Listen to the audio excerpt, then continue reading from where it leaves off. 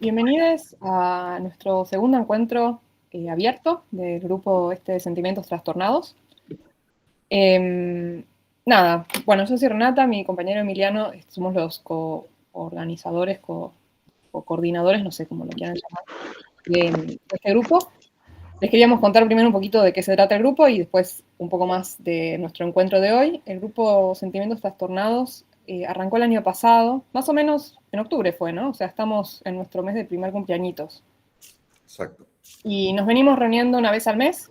Se conformó un grupito de personas de distintas disciplinas, de más o menos distintas partes del país también. Tenemos cierto grado de federalismo. Y nos juntamos una vez al mes, leemos textos, charlamos y discutimos. El hilo conductor es, como dice el nombre del grupo, sentimientos trastornados en el sentido de, por un lado, una pata de discusión sobre emociones, sentimientos, afectos y todos estos temas entendidos como fenómenos de lo público y que influyen en lo público y que tienen todas estas ramas de la discusión. Y por otro lado, todo lo que tiene que ver con los trastornos en el sentido de, bueno, ¿no? Como algo diagnosticado o patologizado y cómo ese cruce de qué sentimientos son normales y cuáles son patológicos o trastornados incide en cómo circulan los sentimientos en la esfera pública y demás. Esto como para ponerle, seguramente cualquiera de los integrantes del grupo por ahí definiría distinto nuestro grupo, así que es realmente difícil de resumir. Estuvimos charlando sobre la ira, sobre el resentimiento, sobre la anorexia, leímos una novela, además de leer textos más académicos, y se fueron armando ¿Cuál? conversaciones. La vegetariana leímos, Meli. Ah, buenísimo. Se fueron armando conversaciones que fueron como reapareciendo a lo largo de los distintos temas, a lo largo de los distintos encuentros. Y además de nuestras reuniones de grupo, tenemos eventos abiertos. Este es el segundo. El primero fue hace unos meses. El tema era ¿qué hacemos con esto? Le habíamos puesto de título y tratábamos de pensar sobre el malestar en los activismos. Y ahí tuvimos invitados a Javier Erro y a Fran Castignani. Y el primer encuentro, y este encuentro también va a estar en YouTube, en el YouTube del UNSAM. Dicho eso, me quería acordar, y me lo estaba olvidando, de agradecer especialmente al UNSAM por darnos el espacio para tener este grupo, para tener estos encuentros abiertos. La difusión del UNSAM es realmente muy buena y siempre hay gente nueva y es muy interesante ver las caras en los encuentros abiertos. Bueno, ¿algo que me olvidé de contar del grupo o de agradecer al UNSAM, Emi? No. La verdad que no. Bien. Perfecto. Bueno, quería nada más decir un par de palabras del tema de este encuentro de hoy y después Emi va a presentar a nuestros invitados. La cuestión del lenguaje en particular fue algo que fue apareciendo de distintas maneras a lo largo de muchos de nuestros encuentros, como un hilo conductor difícil de seguir a la vez, porque hay un montón de temas que lo atraviesan, ¿no? Cómo hablamos sobre estos sentimientos trastornados, cómo parecen escapar al lenguaje, cómo se produce texto o se producen imágenes, se producen metáforas al respecto y cómo circulan los distintos vocabularios al respecto. O sea, son una serie de temas que además no solo fueron apareciendo en nuestro grupo, sino que también, me parece, Emi, nuestras obsesiones también se fueron como instalando con mucha más fuerza a lo largo del último tiempo. Entonces teníamos ganas de hacer un encuentro abierto sobre este tema. El encuentro anterior, de hecho, quería decir, leímos La enfermedad y sus metáforas de Susan Sontag, que Meli la trabajó un montón a Sontag, pero creo que no va a hablar tanto de eso, pero quería sí trazar la coincidencia de que venimos un poco en esa sintonía. También leímos ese mismo encuentro un fragmento de una artista brasilera. Y un poco lo que quería decir era esto, ¿no? El tema del lenguaje como un hilo problemático que fue reapareciendo en nuestras conversaciones, que tiene que ver con, a la vez, los bucles de cómo el modo en que nombramos estos sentimientos trastornados es lo que los define como trastornados, en el sentido de, bueno, tenemos sentimientos y cuando decimos que eso es anormal o patológico o le damos una etiqueta es cuando empiezan a tomar entidad como un sentimiento desbordante o anormal o trastornado, ¿no? Estos bucles con las etiquetas diagnósticas y cómo inciden en la experiencia de los sentimientos, en cómo se los recibe en la esfera pública y demás. Pero también había todo otro conjunto de discusiones que suelen aparecer que tiene que ver con esto de por ahí la inefabilidad o la dificultad de poner en palabras justamente sentimientos que son desbordantes, que parecen justamente no encajar bien en las categorías disponibles que tenemos de racionalidad y de lenguaje de logos, ¿no? Si nos ponemos filosóficos. Entonces queríamos darle un espacio en este encuentro abierto y además queríamos darle un espacio, una cosa que a veces nos molesta de nuestros encuentros es que no terminamos, que muchas veces por nuestras condiciones de producción y circulación intelectual leemos traducciones, ¿no? Leemos textos que vienen del norte y decimos qué nos parece de eso, nos peleamos o no, no es que somos súper serviles al respecto, pero siempre tratamos de darle más lugar a producciones que se hagan acá.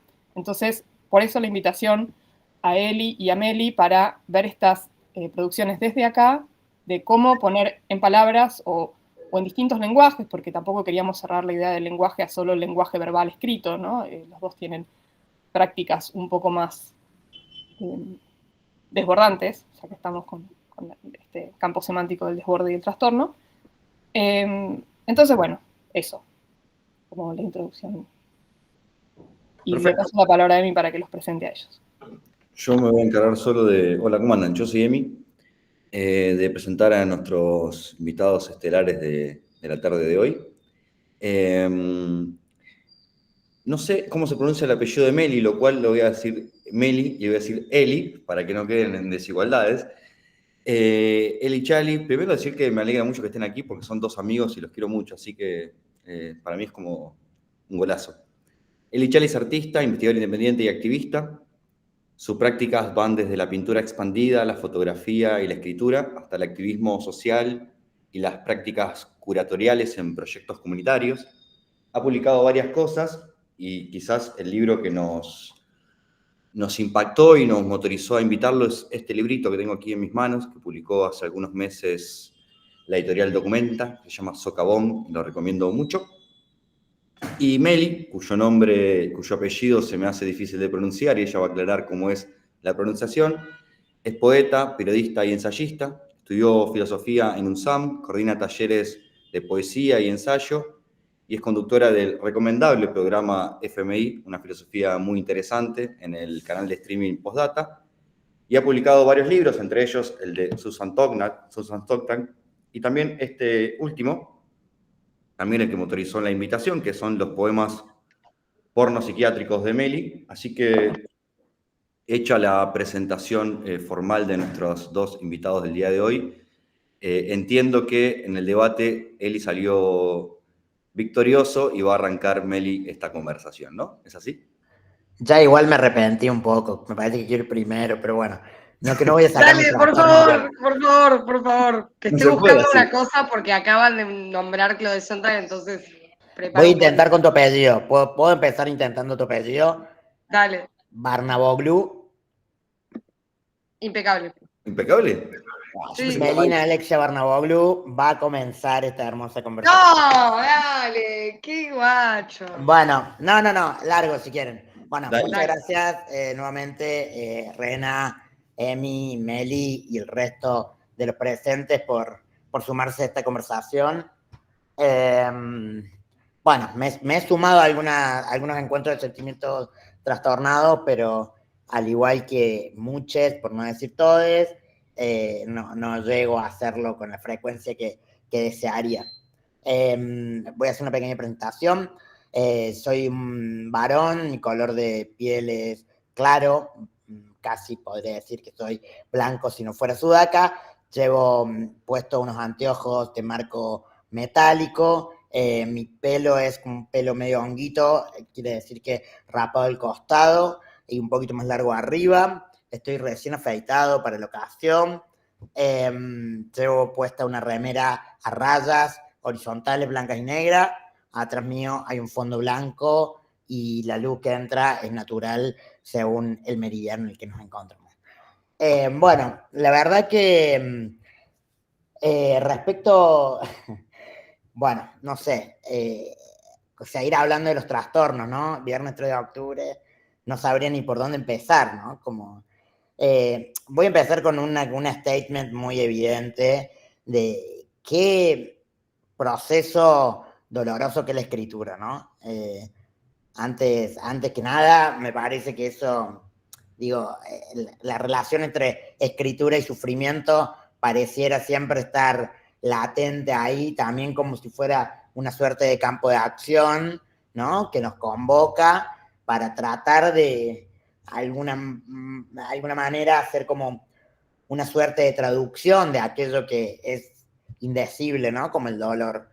A mí hay una cita de Elaine Scarry, no sé si le conocen, el libro que se llama Bodies in Pain, es excelente, se lo puedo pasar, también lo tengo en PDF por ahí, que ella plantea su hipótesis a partir de que el dolor destruye el lenguaje, ¿no? Ella empieza con, bueno, ¿y qué pasa cuando empiezan esas múltiples traducciones o mejor dicho, dispositivos refractarios en torno al dolor y empiezan a poder ser enunciados en los diferentes lenguajes, ¿no?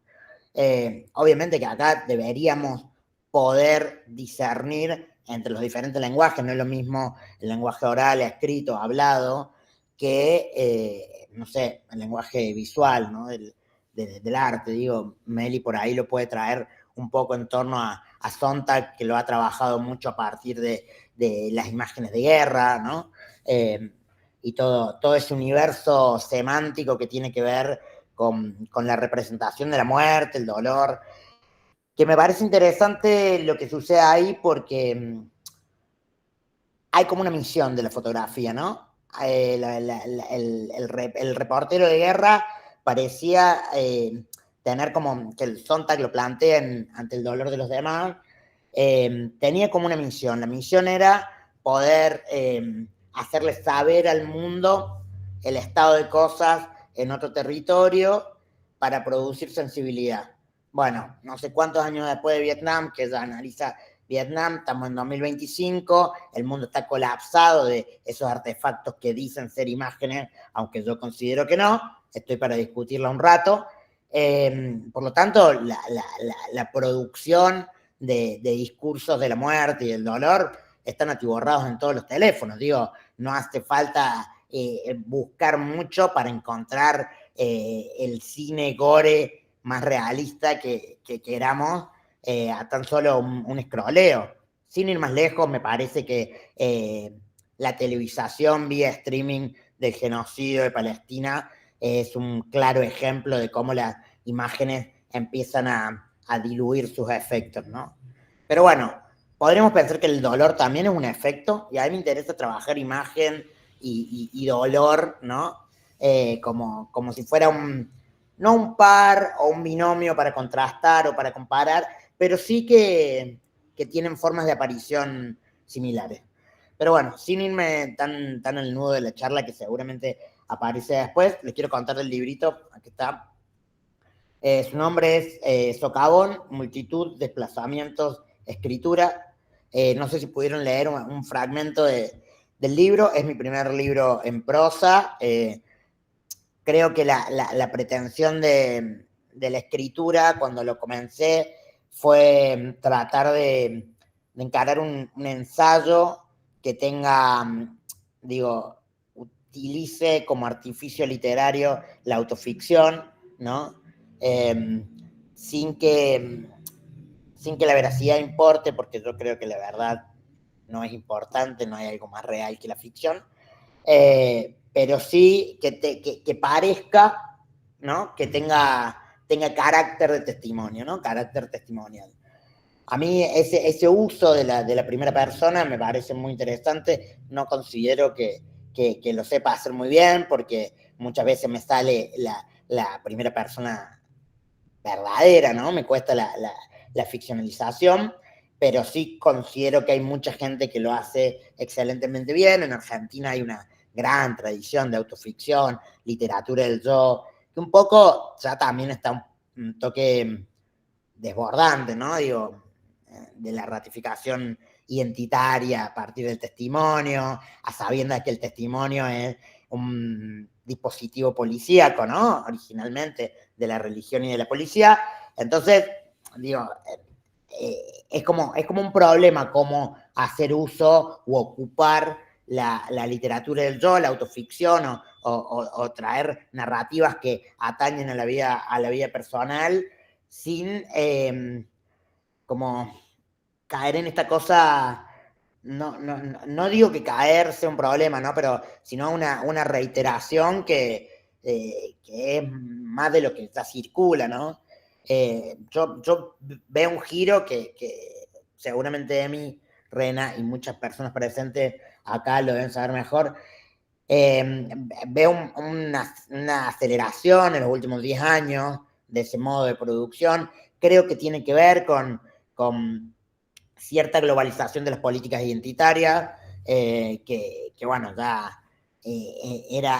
hubo un momento en el que era ineludible abordar esas gramáticas, ¿no? También creo que tiene que ver un poco con no sé, no el surgimiento, sino el emerger del giro afectivo, ¿no? Digo, desde post-2000, puedo decir, quizás de los 95, mediados de los 90 para adelante, el giro afectivo ha tenido una gran implicancia, no solamente en la producción teórica e intelectual, sino también política, ¿no? De repente es también un campo de consideración que te puede definir una elección, ¿no? Sin ir más lejos, lo podemos ver con nuestro presidente, el irritado, ¿no?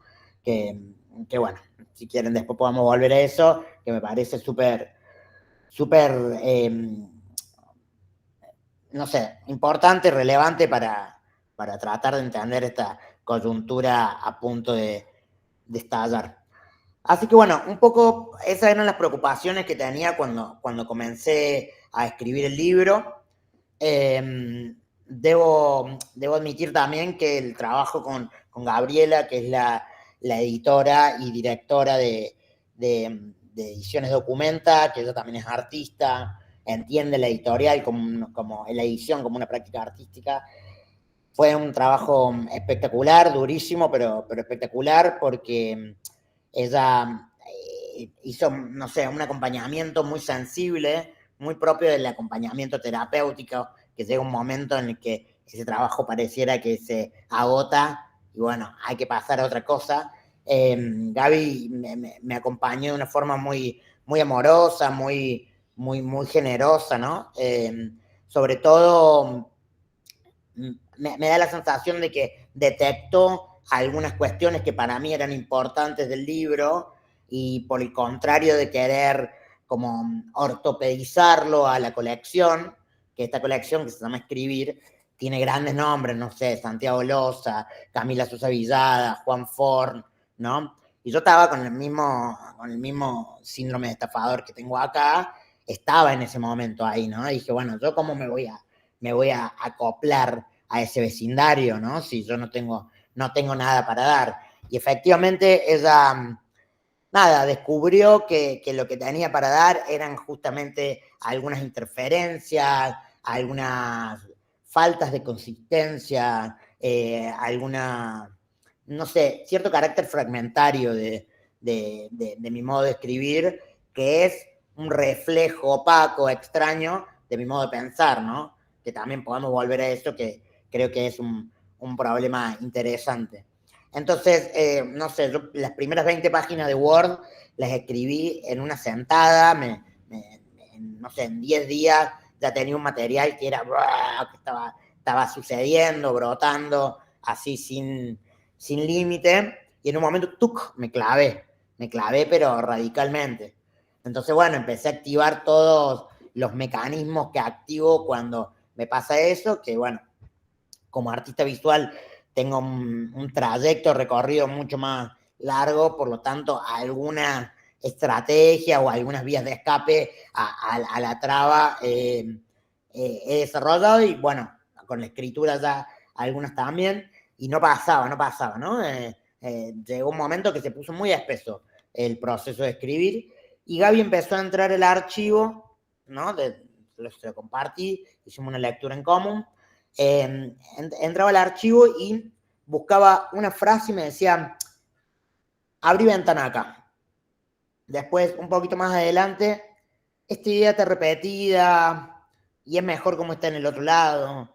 Después, en otro lado, no bajes línea, vos no sos policía, ¿no? Como que me iba como tratando de dar una suerte de fortaleza sobre lo que estaba haciendo para yo confiar en ese método todo roto de escritura que estaba teniendo, ¿no?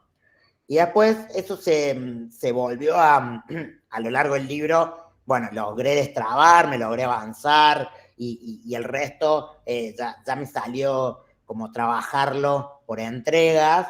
Había hecho unos pequeños ritualitos que yo no estoy de acuerdo con los rituales de la escritura, sino todo lo contrario. En ese sentido jamás le podría rendir pleitesía al monumento literario porque para mí la escritura es un trabajo muy sucio, que sucede en cualquier momento, un rato, ¿no? Digo, armar todo un ritual para poder escribir me parece, al menos para mí, me parece una idea equivocada, ¿no?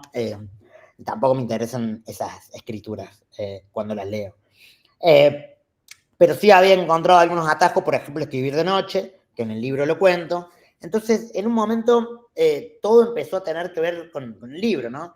Entonces no se trataba sobre lo que quería escribir, sino de la manera en que miraba lo que estaba haciendo, ¿no? Y es ahí cuando apareció de alguna manera el libro, porque la colección Escribir, que tiene todos estos grandes autorazos, es una colección de artistas, escritores, autores, reflexionando sobre la práctica de la escritura, ¿no? Por ejemplo, El viaje inútil de Camila Sosa Villada, Nadadores lentos de Santiago Loza, es bastante evidente ese abordaje, ¿no? Entonces yo dije, bueno, acá está sucediendo algo que es que el libro está embebido de lo que yo estoy proponiendo como práctica, ¿no? Que son desplazamientos que no tienen que ver como con saltos disciplinares, sino más bien con fugas de interés, apariciones sobre cómo deseo que una idea vea el mundo, ¿no? Y no porque tenga una calentura con devenir autor, ¿no? Devenir escritor, pero eso me parece irrelevante para la práctica, o como, no sé, sostener mi postura de artista, que sí prefiero sostenerla, decir que soy un artista que escribe, podría ser la forma más atinada de hablar de mi presente, pero sí soy como un perro, ¿no? Que voy acercándome a los materiales sin metodología, ¿no? Entonces, bueno, en el libro eso se ve todo el tiempo. En una misma página me contradigo 10 veces, salto de una idea a otra de una forma completamente arbitraria. Y bueno, toda esta maraña de ideas es lo más cercano que tengo a mi modo de pensar, ¿no? Y es ahí cuando el libro tomó cierto carácter genuino. Creo que ahí, como, no sé, se embebió del costado interesante del testimonio, a mi modo de ver, ¿no?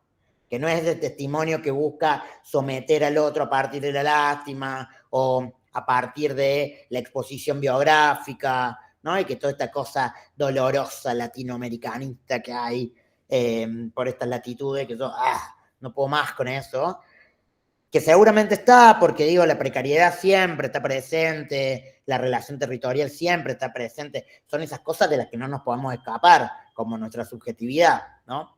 Pero sí me interesaba que sea un modo de atestiguar la vida que habilite otras vidas, ¿no? Entonces, yo me acuerdo hace unos años que un amigo, un activista trans gordo, le dijo a otra persona en una asamblea, deja de hablar de vos, porque si solamente hablas de vos, yo no tengo lugar ahí, no hay agencia para nadie más que tu ego ahí, ¿no?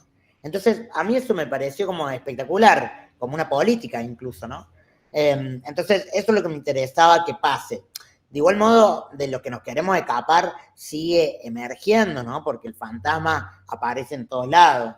Pero bueno, esto fue lo que pasó con el libro y que de alguna manera me sirvió para contar qué es la experiencia de escribir para mí, ¿no? Que no es la práctica como edulcorada o solemne o higiénica del proceso de escritura dada por un método, por un tema, por un deseo narrativo, por un capricho estilístico, ¿no? Sino es más una desesperación, ¿no? Y yo me di cuenta que yo así vivo, soy un desesperado, ¿no? Soy un desesperado porque tengo mucho miedo a morir, ¿no? Entonces, no sé hacer otra cosa que no sea patalear. Y eso lo he transformado en una práctica artística, a que a veces me sirve para trabajar la ansiedad, ¿no? Esa cosa ansiógena que produce la muerte, y también otras veces me sirve para poner un plato de comida en mi casa, ¿no? Entonces, hay un entrecruzamiento, hay algo de vivir las prácticas artísticas como práctica de vida que me interesaba que en el libro esté puesto de una forma un poco coloquial, ¿no? Muy por el contrario de hacer una cosa ornamental o sofisticada, sino tratar de hacer una cosa más íntima. Más o menos por ahí viene. No sé si quieren que les cuente algo más, pero le paso la palabra a Meli un rato.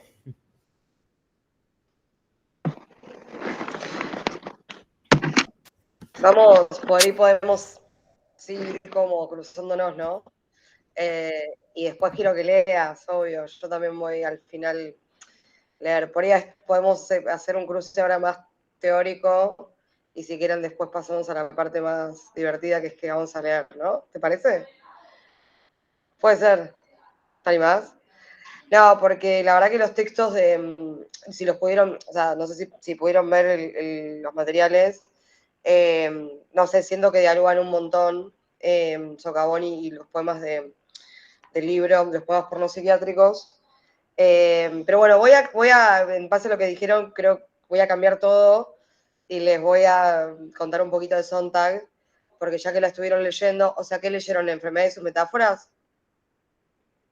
Bueno, eso, yo tengo este libro sobre Sontag, que es no digo que es Sontag for Dummies, pero es una cosa un poco así, en el sentido de que yo laburo para un medio que se llama Filosofía & Co, que es un medio español, pues estoy acá, y bueno, es como un poco un recorrido de la vida y la obra de Sontag, y también trato un poco de o sea, reactualizarla y localizarla, ¿no?, en Latinoamérica. Y en torno a lo que dijeron, y si leyeron La enfermedad y sus metáforas, les quería leer un fragmento y ilustrarlo con un PowerPoint que tengo. Voy a poner un PowerPoint, ¿puedo? No lo tenía preparado, literalmente, pero bueno, ya que estamos, hablamos un poquito de Sontag. ¿Puedo? Ahí está. Bueno, ahí se ve. Paren que lo pongo tipo, ¿cómo se hace esto? Abajo, Meli, en el cosito de presentación, al lado de donde está el Zoom, que agranda y achica, ahí tenés el cosito de la presentación para que te lo agrande. Sí, o sea, pero se ve. Entiendo que si pones en modo presentación, ahí va. Genial.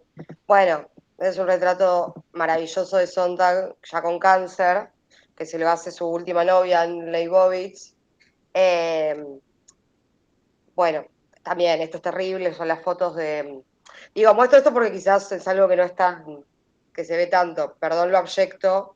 Del abyecto me gustaría hablar un poco también, por esto que dijo Eli, de que el dolor destruye el lenguaje. Creo que lo abyecto y las imágenes de guerra y lo que ella misma hace con las construcciones del registro de su propia enfermedad y lo que hace Leibovitz también tiene mucho que ver, ¿no? De hecho, hasta, bueno, ella es muy gore, pero le saca fotos hasta el ataúd de Sontag. O sea, hace una foto, una radiografía y le saca fotos al ataúd. Pero bueno, nada. Estas son unas fotos de ella del fin de la enfermedad, ¿no? Que bueno, ella, sí, este es el libro que leyeron, La enfermedad y sus metáforas. Pero me quería detener en la tapa, que es lo que creo que puede ser divertido, ¿no? de mostrar en este formato virtual, porque la tapa es del mito de Hércules y la Hidra, ¿no? De uno de los trabajos de Hércules, ¿no? El segundo trabajo de Hércules. Y es interesante algo que ella dice en una entrevista para la Rolling Stone, o sea, ella dando así testimonio en la Rolling Stone, también entender eso de su figura intelectual, ¿no? Como que era una mina realmente muy teórica, pero también muy de la cultura pop y la cultura, o sea, sí, la cultura de masas, y que intervenía en cada conflicto que había, la mina tenía una posición, ¿no? En torno a la guerra de Vietnam y de Irak, ni hablar, ¿no? Pero bueno, en torno al tema de la enfermedad, esto no se los conté. Bob Silvers es el editor de ella y es el que hace una campaña para pagarle el tratamiento del cáncer. Yo en el libro básicamente cuento un montón de chismes, que también están basados en la biografía de Robert Moss de Benjamin Moser, que es espectacular.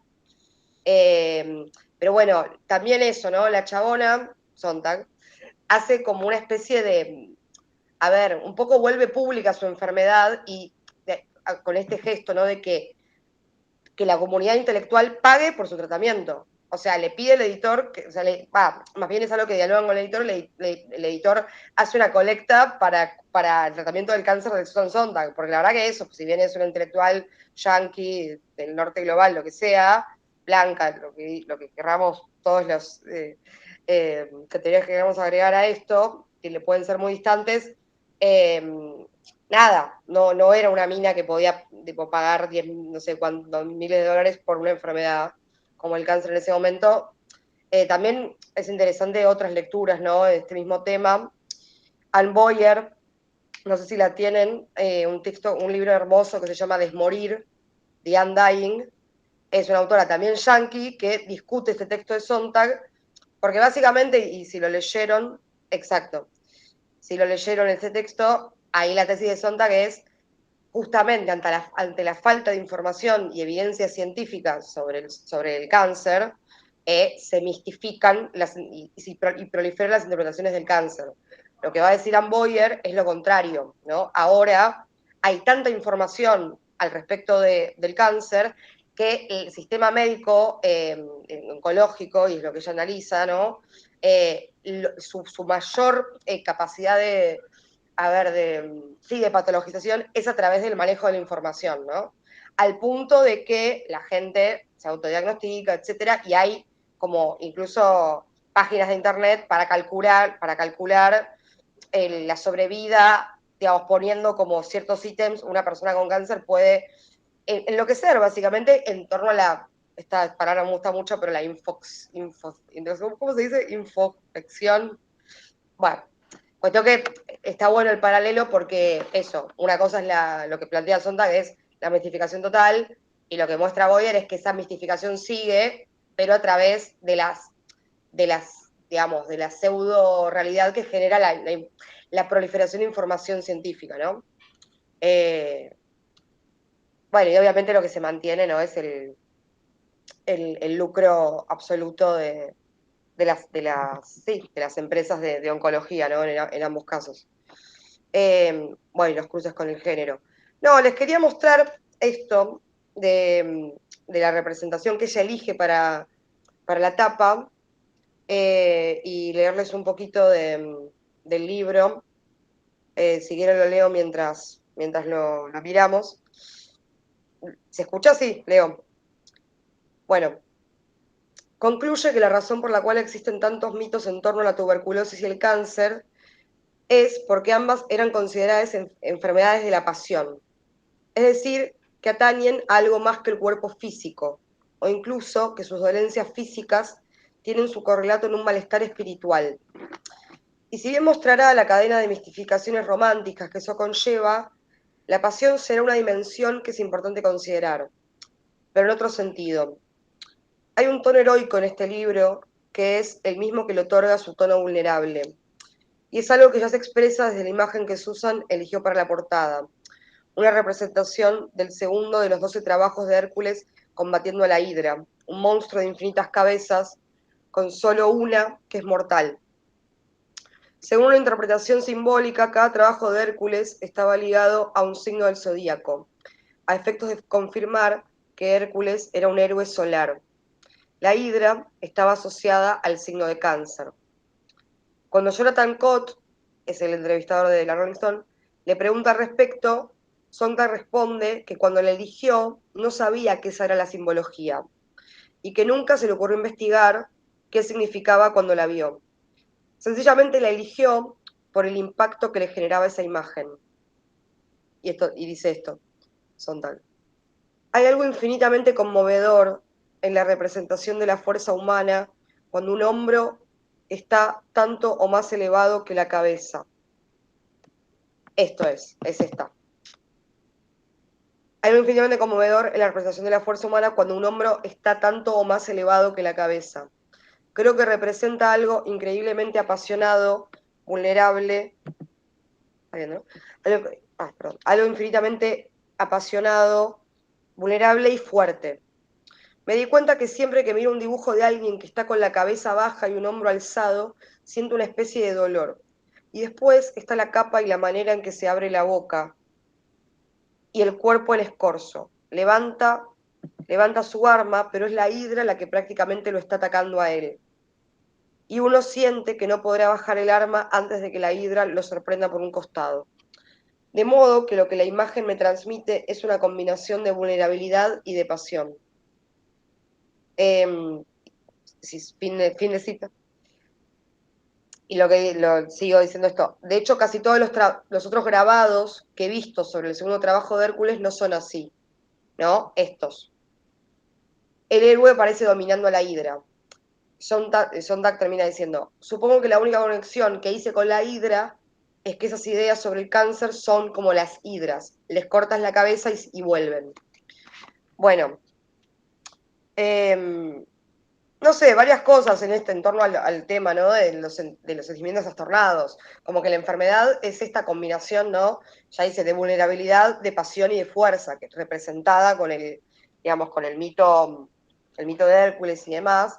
Pero es muy loco como lo que ella hace con esto que explica la entrevista, que incluso fue no buscado, de cómo una misma simbología representa dos cosas distintas, ¿no?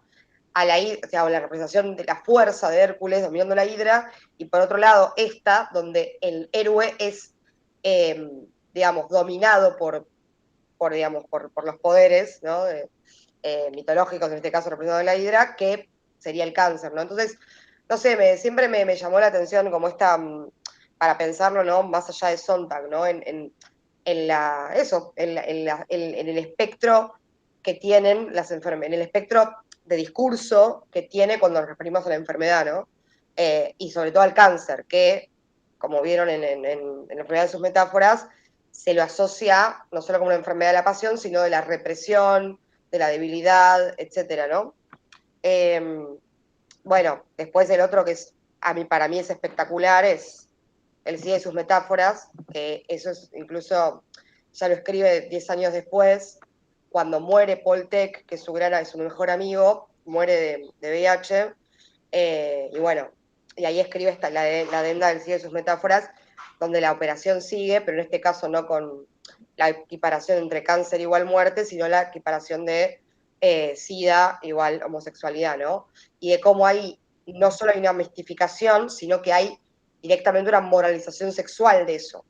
Ella va a decir, ella agarra algo que dicen, uno de los discursos que analiza es que eran hedonistas por dedicación, ¿no? Que las personas con VIH en ese momento, ¿no? Pensemos en los 80, decían que eran hedonistas por dedicación, ¿no? Eso siempre en el sentido de que abiertamente querían contagiarse, ¿no? Bueno, entonces analiza todo eso, que podemos pensarlo hasta el día de hoy con las metáforas sexuales de Milei, ¿no? En fin, nada, eso en torno a... Una cosa, ¿Alguien Meli, quiere preguntar algo? yo una sola cosa. Igual, como digo, merece que crucemos, obviamente, el fantasma del SIDA de Perlonger, ¿no? Sí. Que si hay un statement sobre el SIDA, yo me quedo con el de Perlonger 1000 veces que con el de Sontag, ¿no? Sí. Que salen exactamente en el mismo momento. Es cierto, no lo había pensado. Y que queda muy marcada la latitud. muy marcada la latitud. Del modo que piensa Perlonger desde entre Argentina y Brasil, y Sontag como vive con ACT UP al palo y demás, los antirretrovirales circulando y demás, digo, hay una condición de producción que hace a una obra también, que yo creo que es a lo que nos vamos a terminar arribando acá también, ¿no? Lo súper recomiendo si no lo han leído, debe estar online, El fantasma del CIE de Perlonger. Sí, por supuesto, Eli, o sea, hay algo que a mí me da muchas ganas de hacer, que es como, obviamente, como cuestionar, ¿no? O sea, sí, enmarcarla y cruzarla, porque incluso, no sé, el CIE de metáforas, y bueno, como lo que vos decías, ACT UP, y el FLH también, el FLH es anterior incluso, y la producción del FLH es mucho anterior, o sea, digo, por un par de años, no sé, creo que uno de los primeros textos del FLH es del 67, ¿no? E incluso antes de Stonewall. Entonces, si uno piensa desde acá, en realidad yo no sé si el Norte Global lo estaba leyendo, pero había un corredor intelectual, ¿no? En esa época, claramente, ¿no? Alguien quería decir algo, alguien levantó la mano. Me pongo modo... No, era Eli. Era él mismo, bueno. Che, Rena, No, qué enciclopedia, al toque nomás todos los libros, tirá, qué maravilla. qué se llama bárbara. Google, pero sí. Pirateando a full, me encanta. Qué velocidad. ¿Qué les iba a decir? El fin de la homosexualidad también es un textazo para pensar en esto, de Berlonger. Bueno, Meli, quiero cruzar Sontag y Berlonger ahora. no, yo quiero cruzar Meli con Elian, vamos, hablemos Bueno, nosotros. dale, ahí No hablemos vamos. más de estos gringos, por Dios. Bueno, Por Dios. Sontag, please, que descanse en la tumba. Tráeme tus poemas que son espectaculares. bueno, dale, ahí vamos. No, después sobre... No, porque lo que decías de las imágenes de guerra es una tesis que Sontag revisa también, ¿no? Sobre la fotografía, que es paralelo a este texto, que ella lo escribe mientras está enferma. Ella dice, está esta imagen de que las imágenes de guerra anestesian. Ella, ante el dolor de las demás, lo cuestiona. Y ella lo que dice que el hecho de que querramos no mirar las imágenes habla de que todavía básicamente no estamos insensibilizados, es humano, digamos. El hecho de que, y publiqué un texto también en esta revista que se llama, es un dossier sobre filósofos sobre la guerra, y escribí un texto que se llama Ante el scroll de los demás, como reversionando ese texto de Sondheim. En el sentido de esto, ¿no? Que es lo que vemos todos los días, cómo quizás realmente ante la operación de que ya todos sabemos lo que estamos viendo y vemos en historias de Instagram todos compartiendo imágenes de Gaza, si bien es importantísimo romper el bloqueo de información, de hecho lo estamos viendo porque el registro que tenemos de lo que está pasando con la flotilla es un registro que bueno, lo primero que hacen, cuando asaltan, bueno, los barcos, lo primero que hacen es apagar las cámaras. No deja de ser importante que exista ese registro, pero a su vez es verdad que es anestesiante. Entonces, esta dialéctica que plantea Sontag entre lo importante del registro y la anestesia de las imágenes de guerra, para mí esa dialéctica sigue, ¿no? Pero bueno, hay algo muy lindo que ella dice que nada, que básicamente es, o sea, ¿qué es lo que buscamos? La pregunta ética fundamental es qué hacemos con el sufrimiento, ¿no? ¿Cuál es el objeto de exponer imágenes? ¿Cómo, para consolarnos, ¿no? Nos sentimos mejores cuando miramos esas imágenes, nos instruyen sobre algo, confirman lo que ya sabemos que sabemos. Es como, no sé, yo siento que ahora como directamente hay una vuelta entera de esta tesis de Sontag, pero básicamente es para recordarnos de lo que los seres humanos son capaces de hacer. Y si de repente preferimos realmente scrollear y ver una receta de comida en Instagram, y eso capta más nuestra atención que la misma imagen repetida de una atrocidad, ese sentimiento es humano, digamos, ella lo que hace es no moralizarlo. Pero bueno, es para discutir, porque a mí me parece que es algo que hoy por hoy no tiene dimensión. Directamente la dimensión del objeto ya está como muy corrida, ¿no? Entonces quizás, no sé qué sería cuál sería la representación del horror que podría sensibilizarnos, ¿no? Esa es quizás la pregunta que yo me hago. Ujú. Y bueno, quizás no sea por la imagen, quizás sea por el discurso, quizás sea por la palabra hablada, por la palabra compartida. Pienso, ¿no? Se me ocurre como un registro por ahí más singular que la imagen masificada. El testimonio, las crónicas de alguien sobre algo, eso, por ejemplo, esa experiencia es irreemplazable. O esto que vos planteabas, que te pasó en el libro, o lo que hiciste cuando te presentaste, ¿no? De tratar de transmitir un registro de la experiencia que es singular y plantearla al otro hacer ese ejercicio, ¿no? O sea, por ejemplo, con lo que está pasando en casa, yo tengo más ganas de escuchar los testimonios de las personas que están ahí que digamos, que la denuncia de la atrocidad que ya todos sabemos, ¿no? No sé, lo tiro como para seguir pensando en esto, ¿no?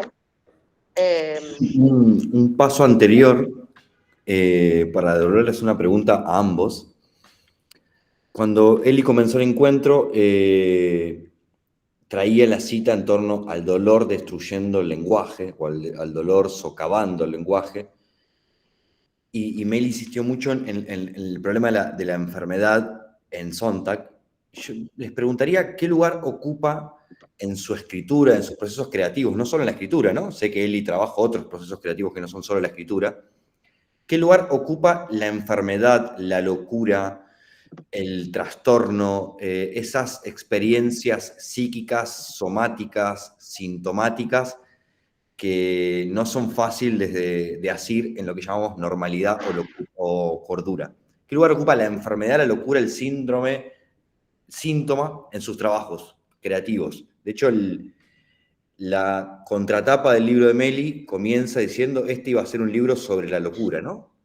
Entonces, de alguna forma, en ambos está el problema de cómo deviene obra artística la enfermedad, la locura, el síntoma, etc. Buenísimo. Bueno, ya que citaste eso, sí, presentarles un poco el libro, Los Juegos Pornopsiquiátricos. Sí, lo que dice Viñoli en la contratapa, que se las recomiendo, es una poeta espectacular, rosarina, Beatriz Viñoli. Sí, es un poco, digo, yo creo que la literatura, hay algo que en la literatura creo que ya está muerto, que es esta idea de los temas. Ya no hay más temas, ¿no? Digamos. Antes quizás lo veíamos, bueno, se escribía, por citar, ¿no? Un tema, se escribía sobre femicidios, supuestamente el primer libro sobre femicidios, etcétera, Selva Almada. No existe más eso, digo, como novedad, no, que tampoco hay que por qué buscarla, me parece que la idea de voy a escribir y sensibilizar pedagógicamente sobre un tema ya no existe más. O sea, vuelvo para esta idea de la experiencia vivida y cómo se puede transmitir eso a la escritura. En mi caso, digo, tampoco es testimonial, ¿no? Porque es muy difícil describir un proceso de padecimiento mental. Cualquiera que acá lo haya padecido, por poner un nombre, sabrá que no hay un límite ni temporal, ni espacial, ni nada de lo que la experiencia de una depresión o de cualquier otro tipo de padecimiento mental que podemos tipificar implica, ¿no? Pero sí hay un registro de esa experiencia que creo que yo tiendo a hacerlo en la poesía, que es, bueno, es un poco intimista si uno lo piensa, pero también es categorial, ¿no? Y lo que dice Viñoli, que lo que dijo Emi es como, iba a ser un libro sobre la locura, pero que termina llevando hasta el límite todos los conceptos, incluso el de la locura, porque lo que me decía Viñoli durante el proceso de escritura de que ella me acompañó haciendo clínica con del libro, ella me dice, vos pensás que el poema loco vos pensás que el poema que sobre la locura es este, que es yo le puse locura 1, ahí están en los materiales, y en realidad es este otro. Digo, el punto es cuando se enloquece la escritura, no cuando vos querés escribir sobre la locura, ¿no? Ese es un poco lo que aprendí, ¿no? Al menos yo como proceso creativo de eso. Y no sé, si quieren podemos leer, pero no sé, ante esta pregunta, Eli, vos qué pensás. Yo, el lugar que ocupa el lugar que ocupa, yo siento que no lo elijo. No hay algo del orden categórico o temático, conceptual, en el cual yo puedo abordar el dolor o la enfermedad, que hasta hace un tiempo me gustaba pensar la discapacidad por categoría social, pero ya hace un tiempo que me estoy desplazando de ese lugar para entrar un poco a cierta experiencia un poco más ontológica, ¿no? Más metafísica de la enfermedad, que por fuera de las categorías sociales que hoy están todas estalladas en el aire, ¿no? Y que son tan difíciles de abordar y que cuesta mucho cuerpo pensarlas, ¿no? Yo siento que la enfermedad siempre está como de fondo, aunque me escape, y porque soy una persona con múltiples enfermedades, ¿no? Entonces, hay algo, ¿cómo inherente sería? Inherente, no sé, creo que es inherente la palabra.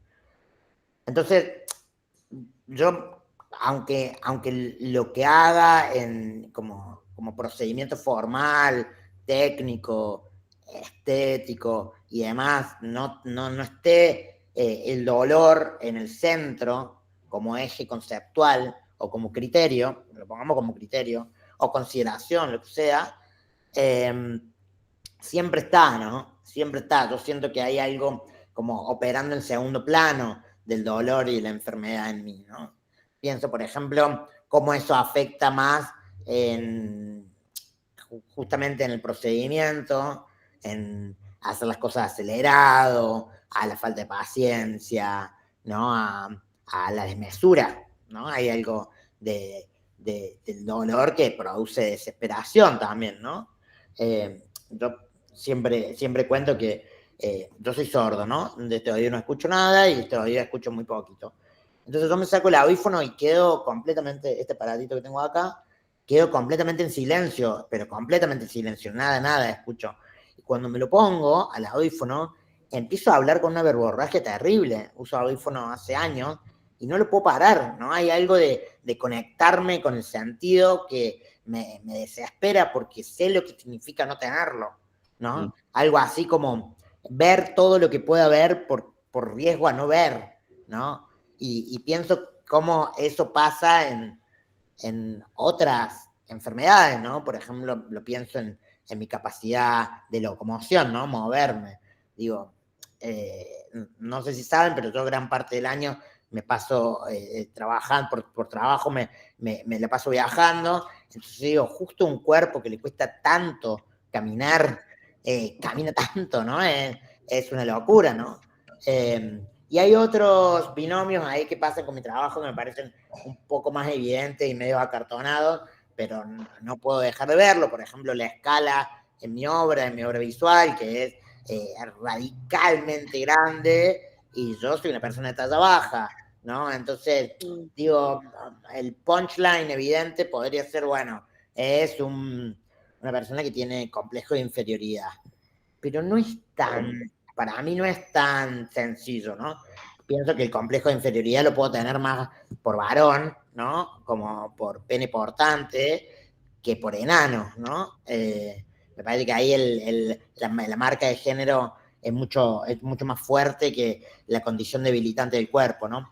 Entonces, volviendo a la pregunta de Emi, para no irme tanto de esa interpelación, pienso que la enfermedad del dolor tiene una presencia que es inatrapable, es incapturable, ¿no? Y yo creo que lo que intento hacer todo el tiempo es tratar de tomar distancia de ese dolor, ¿no? Y fabricar una traducción.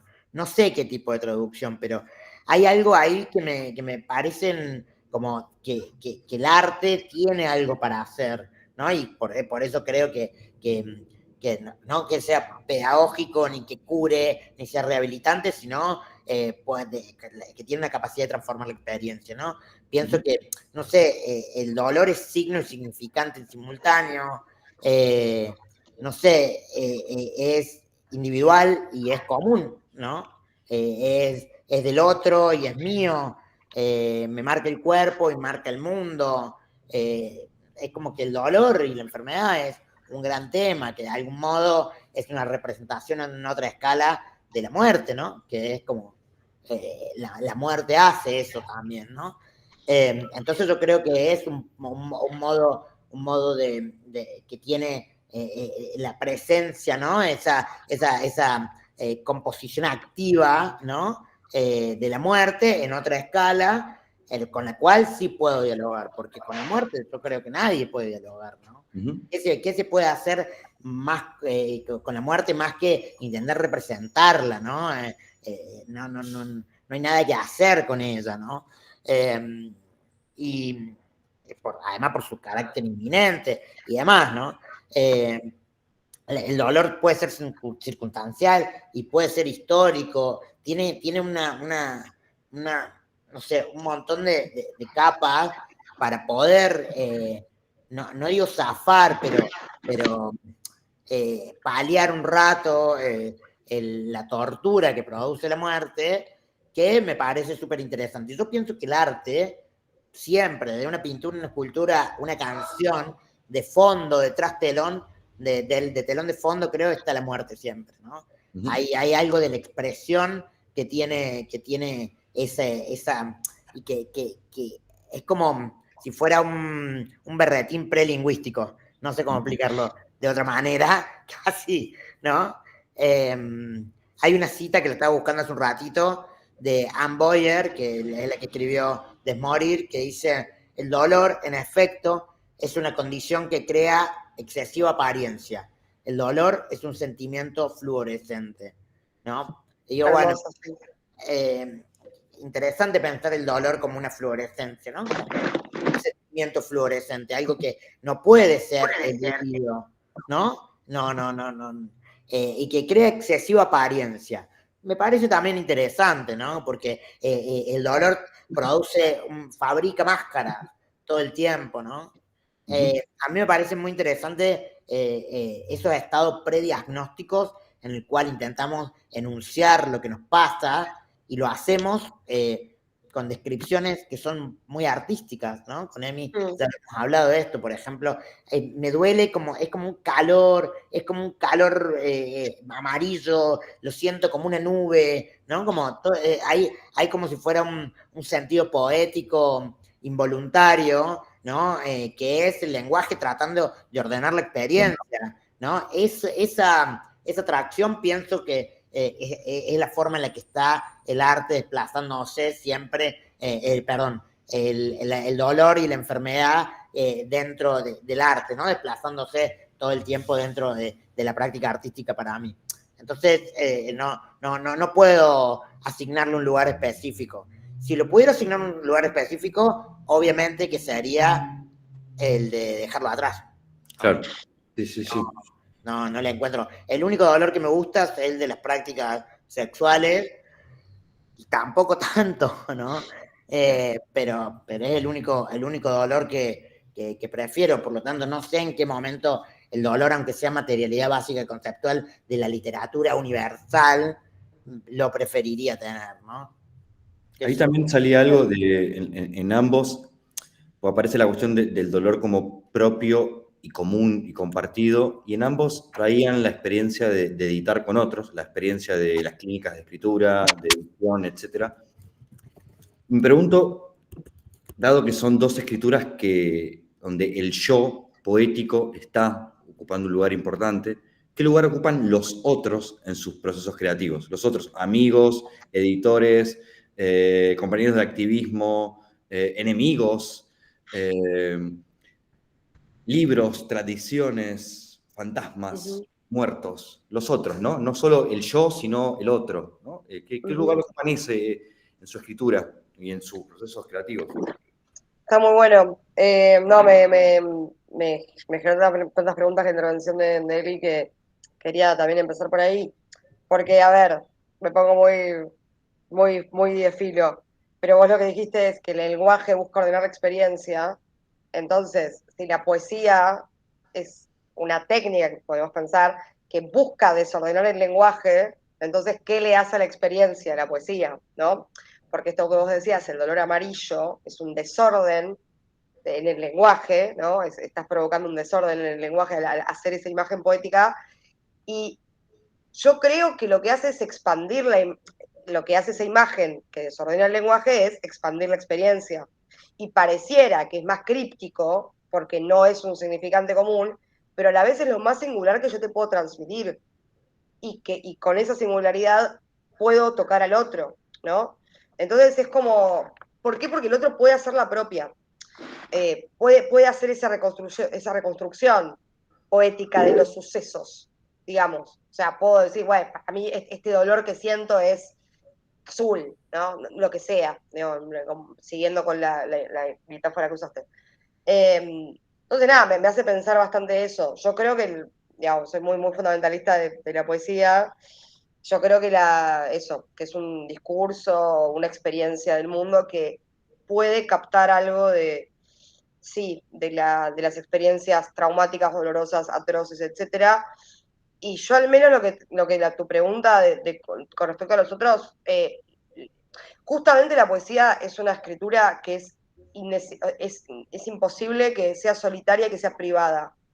Porque básicamente un poeta es alguien al cual, no sé, la cabeza le suena de voces, digo, puede también escuchar voces, pero, pero literalmente, o sea, al menos mi proceso de escritura y seguramente por cómo vi el ritmo del texto de Eli, es auditivo, ¿no? Y es algo que, digo, en los fantasmas digamos, de lo escuchado, pero también por lo que decía Eli con respecto al oído, ¿no? Como a lo que me refiero es de la memoria que tenemos de los otros. De eso está hecho la escritura de poesía.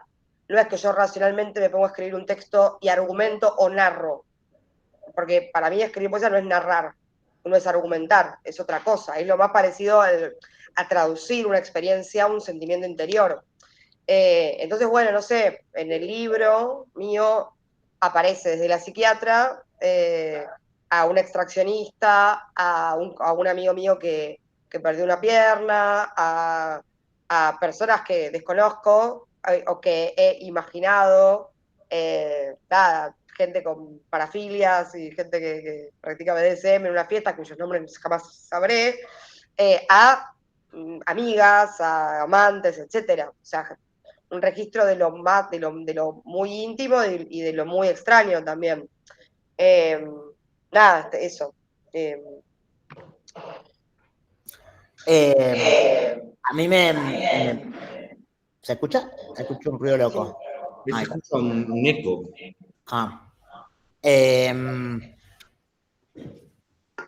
Es un lugar como, no sé, es fundamental. No escribo para mí, escribo para un otro que me venga a sacudir la verdad. No, nunca voy con una cosa completamente, no sé, trato de agrupar una cosa, la llevo como obra de arte, lo que sea, ¿no? Más allá de todas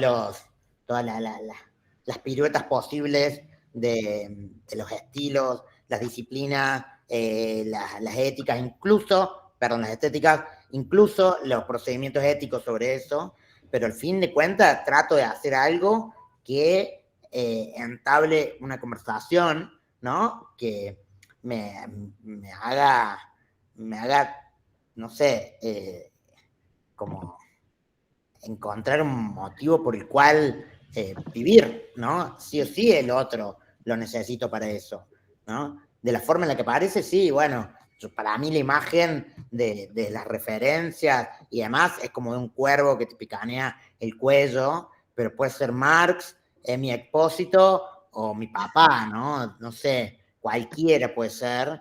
Creo que eso también va cambiando, pero al final yo creo que es siempre los ojos propios que reposan sobre una obsesión, ¿no?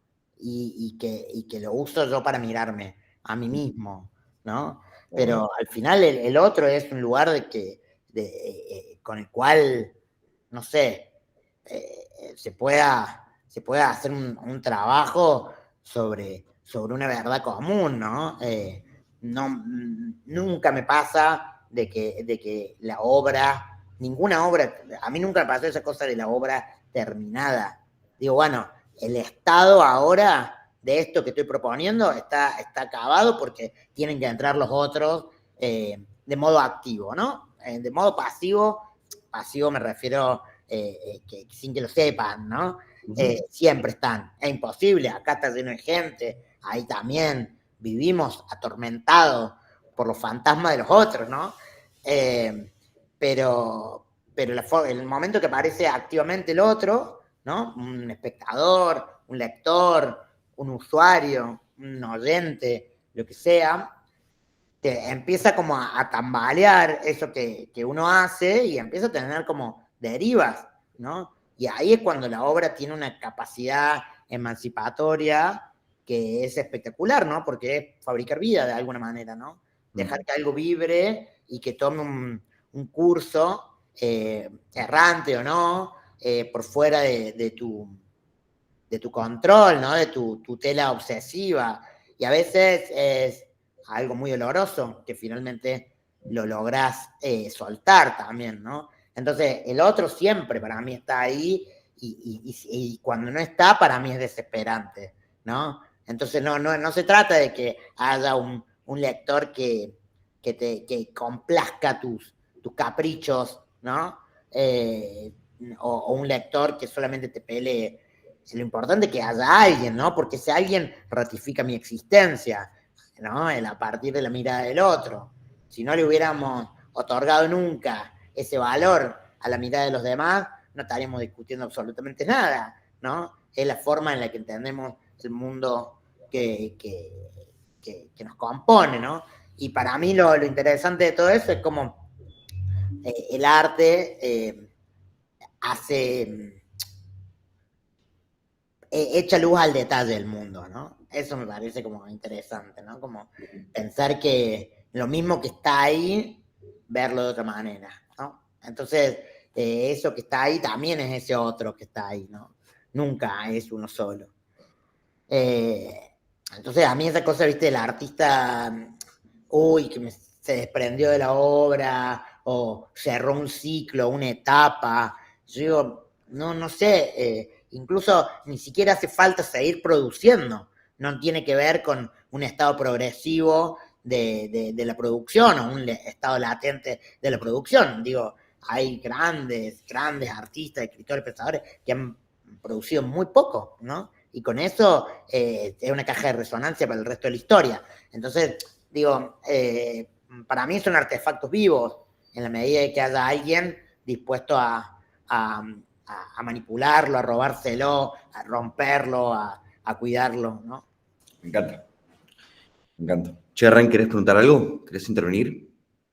Porque si no me voy a ir. Voy a seguir No, con ahí puse en el chat, pero lo voy a decir en voz alta también, por si alguien no está pendiente del chat. Están todos bienvenidos a participar de esta conversación, tanto quienes forman parte del grupo como quienes no. La idea es justamente abrir diálogos, abrir conversaciones, así que nada, sé que a veces da un poco de miedo cuando se está grabando, pero anímense. Nadie va a llegar hasta esta altura del video, después en YouTube, no se preocupen. No, yo por ahí hay un montón de puntas, pero quería retraer algo que Emi, vos dijiste varias veces en nuestros encuentros y me parece que hace como un contacto con discusiones que aparecieron sobre todo en torno de las imágenes y la anestesia o no. Vos, bueno, después si querés completar la idea, decirla mejor, pero esta idea de el lenguaje que tenemos para hablar de los problemas, de los malestares, de estas cosas difíciles, está gastado, no está funcionando, ¿no? Hay algo ahí que siempre reaparece en nuestras discusiones y que me parece que también tiene que ver con qué es lo que queremos que hagan esos lenguajes. No sé, ahora estoy tratando de formularlo como una pregunta y no tanto como cosas random que se me ocurrieron escuchándolos, pero porque también siento hay una tensión entre dos ideas que aparecieron. Bueno, esta idea de Scarry del el lenguaje, el dolor rompe el lenguaje, pero también en los dos apareció mucho cómo el dolor también hace que brote el lenguaje, ¿no? Porque te motiva a ponerle palabras, a ponerle descripciones, a decirle a otro que te duele, ¿no? Como, Entonces esa tensión, que por ahí también es muy productiva, creo que las descripciones que ambos hicieron de sus procesos de producción, este lugar o el rol de la enfermedad o del malestar, aparecía dándole forma también, ¿no? Como Eli, vos decías, este método roto de escritura que fuiste encontrando y que fue cuando se volvió más genuino el proceso, y Meli, esto que traías de la charla con Viñoli, de, bueno, cuando se enloquece la escritura, ¿no? Como los dos encontrando ahí un momento donde, bueno, esa forma de ser rota del dolor que a la vez es como que hace brotar el lenguaje o motiva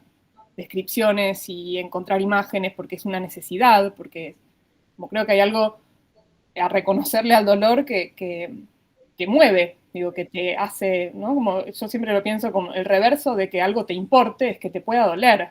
Ahí es cuando te das cuenta que llegaste a querer a una persona, cuando te imaginas, si no estuviera, no me daría lo mismo, ¿no? Pero bueno, nada, como por ahí, no sé, perdón, no me sale formular una pregunta. Y vos escuchás. No, me parece que está bueno lo que trae Rena, porque creo que tiene que ver con la temporalidad, ¿no? No es lo mismo, digo, las personas con discapacidad problematizamos mucho la discapacidad adquirida y la discapacidad de nacimiento, ¿no? No es lo mismo, absolutamente diferente, ¿no? Ese rito de paso, yo no lo pasé, nací enfermo, ¿no? Entonces, no es lo mismo encontrarse con un diagnóstico a la mitad de la vida que nacer así, ¿no? Sobre todo para entender un poco la temporalidad de todo ese proceso. Y me parece que con el dolor pasa igual. Hay un estado desesperante que necesita ser enunciado, que aparecen como con rasgos poéticos o nada, manotazos gramaticales para poder pedir ayuda, ¿no? De alguna manera. Y después cuando el dolor se vuelve permanente, también silencia, ¿no? Bloquea el trabajo mucho más introspectivo, ¿no? Yo me he visto pensando en Dios cuando sufro, ¿no? Eli, hablaste de Dios, de los otros como el infierno y de la muerte. Estás mega sartreano y heideggeriano. Místico. Existencialista del principio del siglo XX ya. El Conde de Lautramont. ¿Lo leyeron? Yo lo leí hace muy poco. Es espectacular, realmente, porque es como lo desmembrado y lo más abyecto, y ahí hay todo. O sea, ahí está bastante de lo que estamos hablando. No lo leí. Está muy bueno, ¿no? Porque es un texto muy clásico, pero que me lo puse a leer porque hubo un taller y es posthumano, es gore, es todo. O sea, si lo lees ahora es... Nada, me acordé por esto y es bueno, y es muy místico también. ¿Vieron eso que dicen? Bueno, nadie cree en Dios hasta que se está cayendo el avión. Una cosa así. Bueno, con el dolor pasa lo mismo, es un avión cayendo, ¿no? Es como un destino irrevocable. Decir, bueno, si un dolor es poquito, te podés llevar la vida adelante. Ahora, cuando un dolor empieza a subir su umbral, ¿no? Y el sufrimiento es una cosa imparable y el daño pareciera que no va a tener ningún tipo de reparación posible, uno piensa que está caminando hacia la muerte, ¿no? Yendo hacia la muerte. Entonces, hay algo ahí de que aparezca digo, que no sé si es un dios barbudo, flaco y con hueco en las manos, ¿no? Pero sí es el intento de evocar algo que va más allá de lo organizado por el lenguaje, ¿no? Como tratar de mover alguna fuerza sospechosa que me saque de esta locura, ¿no? Me parece que las personas que hemos sufrido más o menos y que tenemos la enorme suerte de haber podido salir temporalmente de ese sufrimiento, vemos para atrás y decimos, qué infierno, ¿no? Qué infierno. Entonces, bueno, ahora que tomé un poco de aire, elaboremos esto porque sabemos que vuelve, ¿no? Hay algo de eso para mí, como de encontrar un instrumento, ¿no? Agarrarse, hacerse de unas herramientas para paliar ese mundo, ¿no? el mundo del dolor. Que, Ujú. bueno, yo creo que un poco lo que señala Rena de lo que dice Emi, de que pareciera que nuestros malestares no pueden ser ni siquiera expresados, de que hay algo de que, nada, bueno, hay algo también de que como, como máquinas de guerra no estamos entendiendo nuestro tiempo, ¿no? Entonces, bueno, perdón, ¡pum! Corro, pero tiene que ver un poco con eso, ¿no? No, me interesa mucho el tema porque vos, creo que Herrera dijo, ¿qué tipo de lenguaje o qué hacemos con ese tipo de lenguaje? ¿No? O sea, no sé, o sea, yo soy hija de médica y encima anestesista, entonces ahí la metáfora con el dolor está completa, ¿no? De hecho, es tan poco metafórica que digo dolor, madre, en fin. Pero digo, hay algo que yo me di cuenta, ¿no? En procesos de terapia, digo, lo cuento porque quizás viene a cuento, ¿no? De que nada, por ejemplo, yo en el proceso de que, nada, cerca de la internación, etcétera, que como había como un peligro inminente de que si yo no mejoraba en el tratamiento de la depresión, me iban a internar. Y una de las cosas de los cuales el equipo ese terapéutico se agarró, era que yo decía no sé, analizaban una frase que yo había dicho, por ejemplo, tengo miedo de que me mate mi madre, ¿no? O yo decía, creo que podría matar a mi madre. Entonces, esa frase, interpretada literalmente por ellos, era signo, o sea, eso les daba un poder psiquiátrico a ellos para internarme. O sea, les estoy contando una experiencia que, digamos, es la punta del árbol de todo lo terrible que puede pasar en los procesos de psiquiatrización. Pero fíjense cómo, a mí eso me hizo hacer un clic, ahí me di cuenta que yo tenía algún tipo de herramienta simbólica todavía, que es que cuando ellos me dijeron, no, creemos que estás en peligro, bueno, la típica frase, ¿no?, de la psiquiatría, peligro de atentar contra la vida de los demás o la propia. Esa frase, si uno la analiza, o sea, es como la convención más estúpida que hay, incluso cuando, digo, vas al psiquiatra, qué sé yo, que te hace llenar como esos test de mierda que te preguntan, ¿te crees mala persona? Una de las preguntas es esa. Entonces, tiene Sí. todo que ver, o sea, y yo todavía no había tenido la capacidad simbólica para comerme semejante buzón, y me acuerdo de diciéndole al psiquiatra, pero ¿qué tiene que ver la moral con esto, digamos? Sí, me siento bárbara como persona. De hecho, por ahí puedo tener un delirio narcisista donde soy una filántropa, y puedo contestar que esta pregunta sí. O sea, pero lo traigo como a cuento de que el discurso médico es una domesticación del lenguaje porque lo que pretende es controlar la experiencia, y la locura, y ahí se vincula, ¿no?, con la pregunta de lo que haces, de qué tipo de lenguaje, qué hace el lenguaje con la experiencia. Y yo creo que eso, ¿no? Romper esas convenciones de las que realmente estamos hechos. Porque lo que yo respondía en ese momento era, pero ustedes son unos pelotudos que están interpretando literalmente la frase quiero matar a mi madre. Digamos, y yo en ese proceso, etcétera, como me acuerdo que también me decían, no te sometas a experiencias intensas, ¿no? Ponele. O recordar, todo esto te estoy hablando de un tratamiento de mierda, ¿no? Después, por suerte, mejoré y gracias al psicoanálisis también es importante eso. Es muy difícil hacer ciertas terapias cuando no hay lenguaje. Eso es muy jodido, porque no todo el mundo está hábil para hacer psicoanálisis, por ejemplo. Algo que es importante también tener en cuestión, cuando no hay mucha capacidad y herramienta simbólica, se complican ciertos abordajes, entonces estas frases pueden ser interpretadas literalmente como una alarma, digamos, digamos o como un pasaje al acto, digamos, como alguien tiene un pensamiento suicida, lo expresa y por lo tanto es diagnosticada. Pero fíjense que es todo lenguaje, o sea, no es que yo...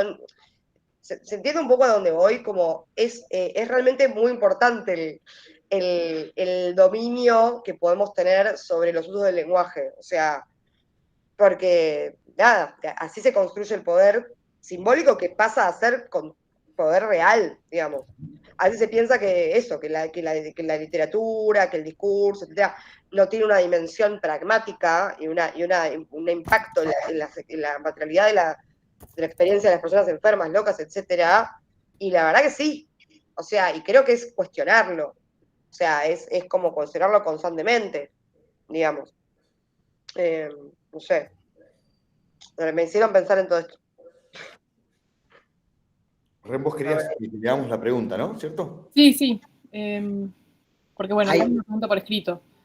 Por ahí la puedo leer en voz alta, porque Candela dice que no le funciona bien el micrófono, pero dice, bueno, me interesa algo que dijo Elian sobre el método roto de escritura y el síndrome del estafador. Está siempre circulando esa idea de que hay que alcanzar cierto grado de instrucción para poder decir algo, como un proceso individual interno de topo de biblioteca que se encierra a leer y estudiar las estructuras narrativas.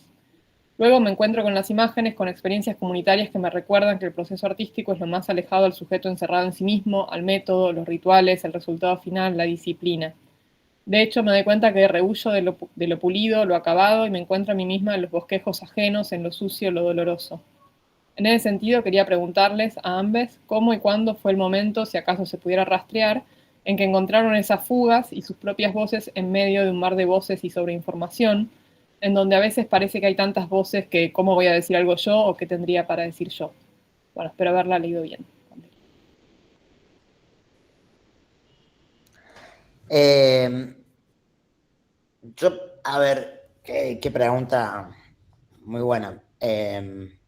Para mí hay como reglas del mundo, ¿no? También las voces que están admitidas para circular tienen determinadas condiciones, ¿no? Eso es una obviedad que quisiera dejar de lado, pero yo, a ver, acá se mezcla mucho lo político. Me fabriqué mi propia autorización para enunciar en el momento en el que el mundo no me autorizaba como sujeto válido, ¿no?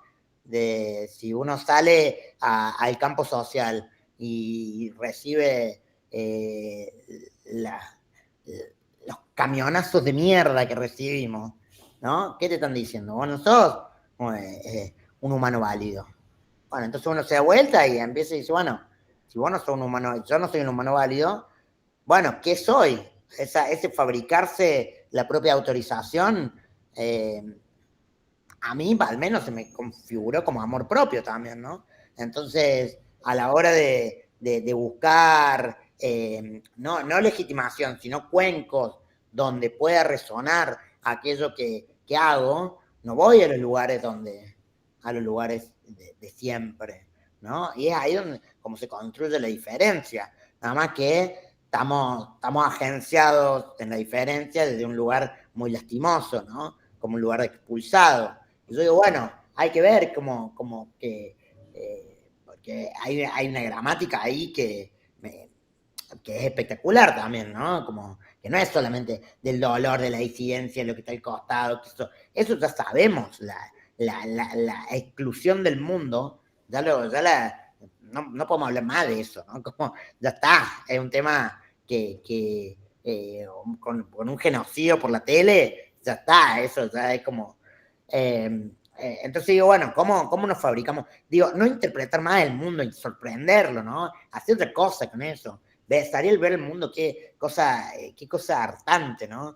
Y ahí están todos interpretando el mundo. A ver quién interpreta el mundo más rápido. Los catálogos de las mejores editoriales de interpretaciones automáticas sobre el problema del momento. Y nadie trae una propuesta imaginativa que fabrique otra realidad, ¿no?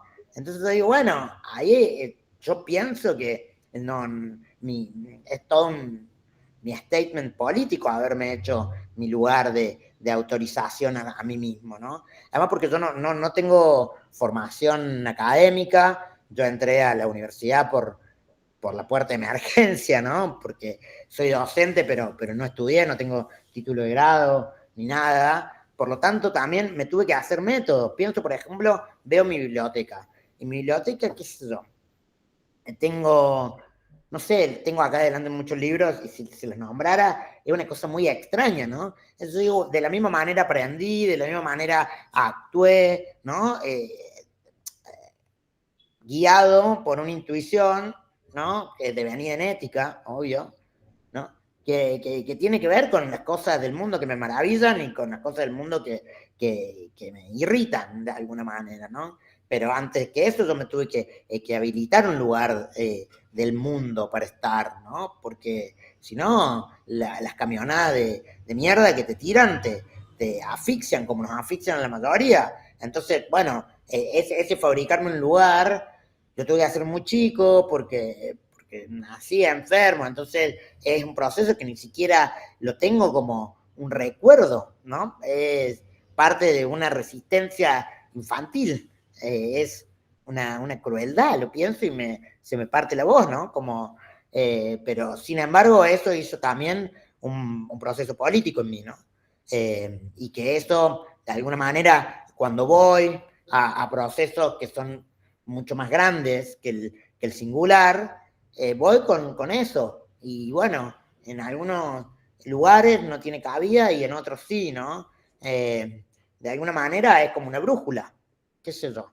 Pero antes que eso tuve que entender que hay un mundo que te expulsa, ¿no? Pero de vuelta digo, no es que yo lo entendí racionalmente, ¿no? De hecho, yo siempre digo, a mí más que como enfermo me criaron como varón, ¿no? Entonces he tenido que desandar más las cosas del masculino que mandonero o que tiene los berretines del poder, o mi sexualidad, que comprenderme como una persona enferma en el mundo. Y yo pienso que eso también me ha ayudado a que yo fabrique mi propia mirada sobre la enfermedad, ¿no? Que hoy yo no le cambio por nada, aunque sí cambio mis condiciones de vida, ¿no? Quisiera tener acceso a la salud o quisiera no tener dolores, lo digo así abiertamente. Entonces, si tú hoy tuviera que renunciar a la categoría enfermo con tal de esas dos cosas, yo se lo regalo a quien le quiera, ¿no?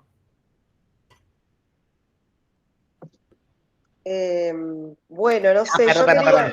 Una Sí, cosita. no, A lo que voy es que yo no tengo ningún tipo de orgullo, ni orgullo disca, orgullo enfermo, menos orgullo sudaca, menos orgullo sudaca. O sea, toda la patria, ¿viste? Bleh. El barrio es una patria para mí, ¿no? El barrio en el que vivo es una patria. Bleh.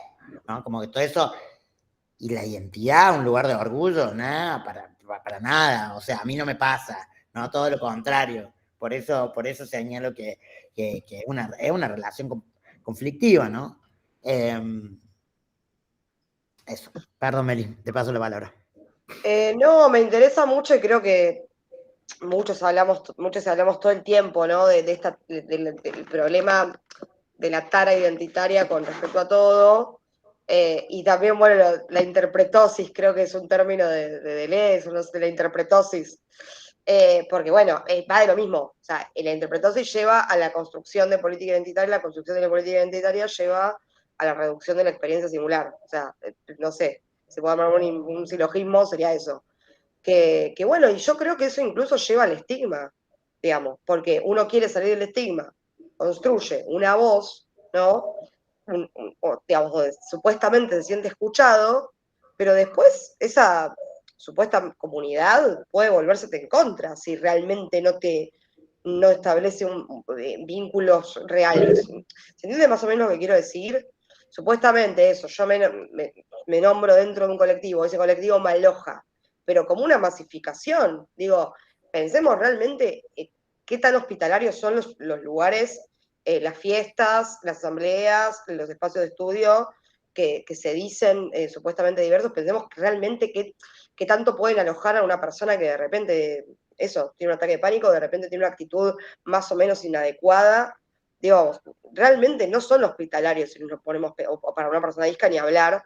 Digo, pero no son hospitalarios realmente porque no hay nadie ahí conectando con nosotros. Entonces, nada, yo creo que, digamos, la escritura es un poco construirse un propio espacio donde lo que decimos sea hospitalario, digamos. Es como construirse una casa dentro del lenguaje y empezar a construirla, digamos.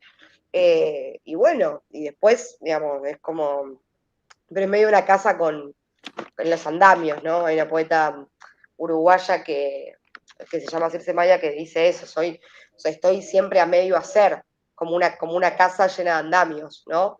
Y no sé, creo que es así, que es abierto. como que tiene que permanecer abierto, porque si no, básicamente no entra, como decías vos, no entra el otro a como decías, a sacudir mi verdad. Y hay algo de la figura del escritor que a mí me molesta mucho en ese sentido, de que es tipo, no sé, esta idea de narrar. No, a mí no sé narrar, quizás en algún momento escriba narrativa, no lo sé, pero creo como que un poco lo que preguntaban, ¿no? ¿Qué clase de instrucción, ¿no? Es la pregunta que hacía acá Candela, ¿no? Esto de habilitarse cierto grado de instrucción para poder decir algo. Para escribir poesía, o sea, una sola cosa es necesaria, todo. O sea, como que una experiencia, es experimentar el mundo en su grado más radical. O sea, de verdad, por eso me parece que la experiencia de la poesía, más que a la literatura, se relaciona para mí más con, no sé, la enfermedad, con la locura, con el sexo, con cierto tipo de experiencias que no tienen que ver ni siquiera con lo textual. Digamos, no. Entonces, por eso creo que es algo que cualquier persona puede habilitarse a hacer, digamos, es algo del orden de la canción también. Pensemos, digamos, en la infancia, recordar canciones, melodías, es bastante parecido al proceso de la poesía, ¿no? Como quizás es algo que una cultura que está en nuestra educación no está tan arraigada, pero por ejemplo mi compañera de casa es de Nicaragua. Y nada, tipo, los poetas tienen un valor en Nicaragua, que bueno, han sido ministros de cultura después de la revolución, etcétera, pero como que eso, es que los pibes recitan Rubén Darío, o sea, y no es una cosa escolástica, realmente los habita. Y bueno, nace, no sé, me refiero a que justamente la poesía es algo que sí me parece que no requiere instrucción, que el poeta no es un escritor, es otra cosa, digamos, hay un poeta que dice, es un perro del infinito, ¿no? Un perro lanzado a la intemperie. Y no sé, a mí me gusta recuperar eso para relacionarlos con experiencias de enfermedad. Como que el poeta es más parecido al loco, al enfermo, digamos, no, que a la figura del intelectual y el escritor. Eso quería decir en el sentido de lo que preguntaban de la instrucción.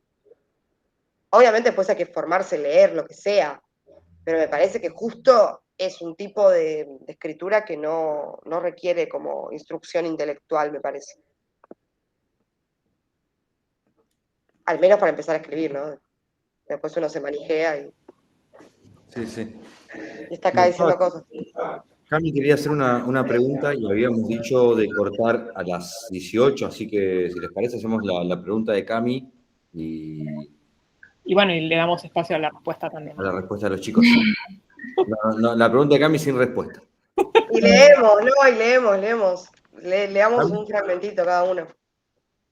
Bueno, la hago corta, porque tenía como dos cosas para decir, pero quizás me voy a la segunda, que por ahí como que no sé muy bien cómo preguntarlo, pero retomando esta pregunta que creo que hizo Emi, como qué lugar ocupa la enfermedad, la locura, el trastorno, el dolor, pondría yo, en sus trabajos creativos, como que me preguntaba, no sé, como después de haber experimentado como un dolor muy extremo, que es insoportable y que es ese tipo de dolor que alguien decía como destruye el lenguaje, pero después como que identifico que hubiera otro tipo de dolor, que Ren decía, el dolor que hace que brote el lenguaje.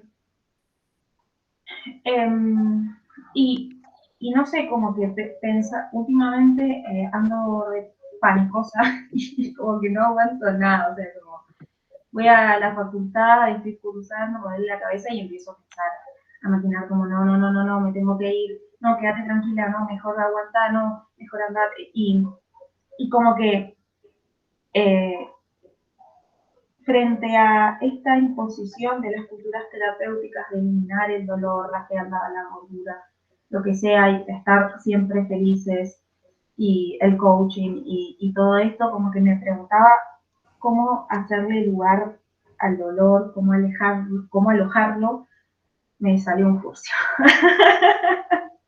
Y no puedo, estoy tan intolerante con el dolor, me preocupa ser una persona que no pueda sufrir absolutamente nada, ninguna espera, ningún aburrimiento, ninguna nada. Estoy como muy preocupada por esa forma de subjetividad tan neoliberal. Y eso, me pregunto como qué lugar puede tener también el dolor en ese otro sentido. Yo no sé, es una pregunta incontestable también me parece, ¿no? Porque me parece que buscar un acuerdo universal sobre eso sería imposible. Sí creo que podríamos tratar de discernir entre un dolor social, un dolor psíquico, un dolor físico. Yo lo que puedo llegar a ver así muy rápido, a vuelo de pájaro, es que cambiar la velocidad, ¿no? Hay algo de la velocidad que no solamente la paciencia, no digo ser paciente, realmente ser paciente. Hay algo del dolor que tiene su actuación temporal, ¿no? Entonces, creo yo que es el lugar a donde intervenir cuando estamos sufriendo, ¿no? No arrebatarse, porque el dolor va a seguir ahí, porque digo, vos estás diciendo que no podés con el dolor y sin embargo podés, porque seguís. Entonces, bueno, ¿qué podés cambiar de eso para sufrirlo de otra manera? ¿No? Creo que la velocidad es lo único sí. No sé, Meli, ¿vos qué pensás?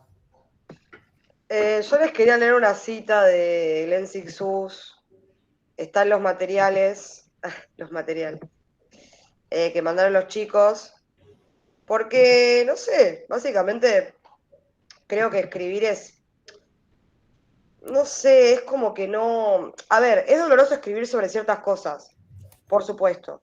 Anne Boyer, cuando vino a Argentina, dio un taller y ella dijo que hay un método para escribir sobre lo traumático, que era que encendía un fósforo y durante lo que duraba el fósforo escribía sobre el trauma, básicamente. ¿Para qué? Para no escribir más de ese tiempo. Entonces, no sé, pequeñas técnicas, ¿no? Yo no puedo escribir todo el tiempo sobre lo doloroso. Ni en pedo. O sea, porque te retraumatizás. Pero escribir en sí, cualquier cosa, otra cosa, yo creo que eso sí puede resultar sanador, digamos, porque te habilita a imaginar algo diferente al dolor que estás viviendo. Y bueno, y a esto va esta cita, que me parece que puede ser para discutirlo también. La leo, si quieren. Tienes dos manos. Si una vive, córtala. Tú tienes mañana. Cuando una mano no te sirve, reemplázala por la otra. Actúa, responde. ¿Has perdido la mano que escribe? Aprende a escribir con la otra. Y con ella misma, su mano, empieza los trazos sobre el papel. Pues bien, de inmediato se despliega una perfecta caligrafía, como si siempre hubiera tenido esa escritura en la otra mano. Si mueres, vive. Con una mano sufrir, vivir, palpar el dolor, la pérdida, pero está la otra, la que escribe. Bueno, nada, no sé qué les parece. ¿Es así? Digo, no sé. No sé si uno puede disociarse por completo. Pero a mí me resulta muy, muy esperanzador esto. Es como que vive la escritura en la otra mano, vive, no es que no, porque una vez está sin escribir, etcétera, porque está sufriendo justamente, pero me parece que cuando uno vuelve a escribir es realmente muy importante ese momento, donde uno vuelve a recordar que puede escribir, digamos. Agrego una cosa, ya que Meli trajo lo de la mano. La semana pasada, pues, presentamos acá en Córdoba, junto a Alan Pauls, el nuevo libro de María Moreno, que se llama La Merma. No sé si lo han leído, se lo súper recomiendo. Y yo escribí un texto que lo publicaron hoy en Anfibia. Se lo voy a compartir acá. A ver si lo... sí. Se los comparto acá por si lo quieren leer, y hay una parte que habla de la mano, hay una parte, porque ella hace una operación muy interesante con el dolor también, y que a mí me lo esperaba, o sea, no es que me sorprendió, pero no deja de ser espectacular porque ella escribe espectacular, y se lo súper recomiendo el libro. También si quieren leer el texto, lo pueden leer. ¡Qué linda foto! Está buena, ¿no? Espectacular. Potaza. Muy buena. Sí. Como robaste ahí al lado de Moreno, ¿eh? Impresionante. Pero yo soy enfermo desde antes que ella, así que se colgó de mis tetas. Habría que decir, ¿no? Como robó Moreno al lado mío, ¿no? Bueno. No, es espectacular la merma, léanlo, por favor. Se lo súper Sí. recomiendo. No entiendo cómo. Bueno, es la demostración viva de esto, ¿no? Porque ¿cómo mierda hizo para seguir escribiendo durante todo el ACB? O sea, la chabona no dejó de escribir, su mente no dejó de escribir nunca. Digo, La mano está viva. ¿qué? La escritura vive en la mano. Claro, Por eso lo traje. es muy flashero.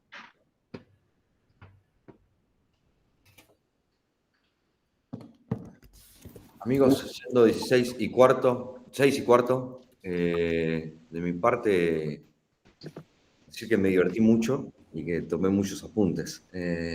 No sé si Reni, ¿vos querés decir algo? No, agradecerles también, agradecerles por prestarse a charlar de eso, abrir como este proceso tan difícil y doloroso de poner en palabras, que es poner cosas en palabras. Así que nada, les agradecemos. Y les agradecemos a todos por conectarse y escuchar y hacer preguntas. Va a quedar Yo grabado. me conecté para escuchar a Meli leer su poema, pero bueno, está bien. Me voy. Leo uno si quieren. Leo uno. Dale, Meli, lee uno. Los poemas son cortos, que tiene eso. Bueno, leo uno y que acá son las 11 de la noche. Lo único que puedo hacer es leer poesía. Uy, no sé. Esta madre. Bueno, leo el primero si quieren. Dale. Los otros son más divertidos, pero bueno, ahí están. Bueno, lo comparto, a ver. Bueno, es el primero del coso. Es el primero del libro y es el primero del material. Bueno, Centro Estambulián. Durante esos meses sacaste turno para todo. Ginecóloga, dentista, osteópata y reiki. Como lo de la cabeza no tenía solución, querías ocuparte por fin de lo otro. El primer paso era hacerse análisis. Te dieron un vaso plástico, caramelos y una moneda para el café. La extraccionista completó por vos el formulario de rutina. ¿Toma alguna medicación? Escitalopram, escribió. Ah, lo que tomo yo, dijo. ¿Y qué tal? Pregunté. Y me di cuenta de que la necesito, respondió después de unos segundos. Nunca la pudiste dejar, y narró separaciones, familiares enfermos, hijos chicos. También tiene que ver con este trabajo, agregó buscando la vena, que no me gusta mucho. Se hizo un silencio. Pero vos sos joven, tenés chance, la escuché decir, mirando el techo blanco, mientras mi sangre subía por la jeringa.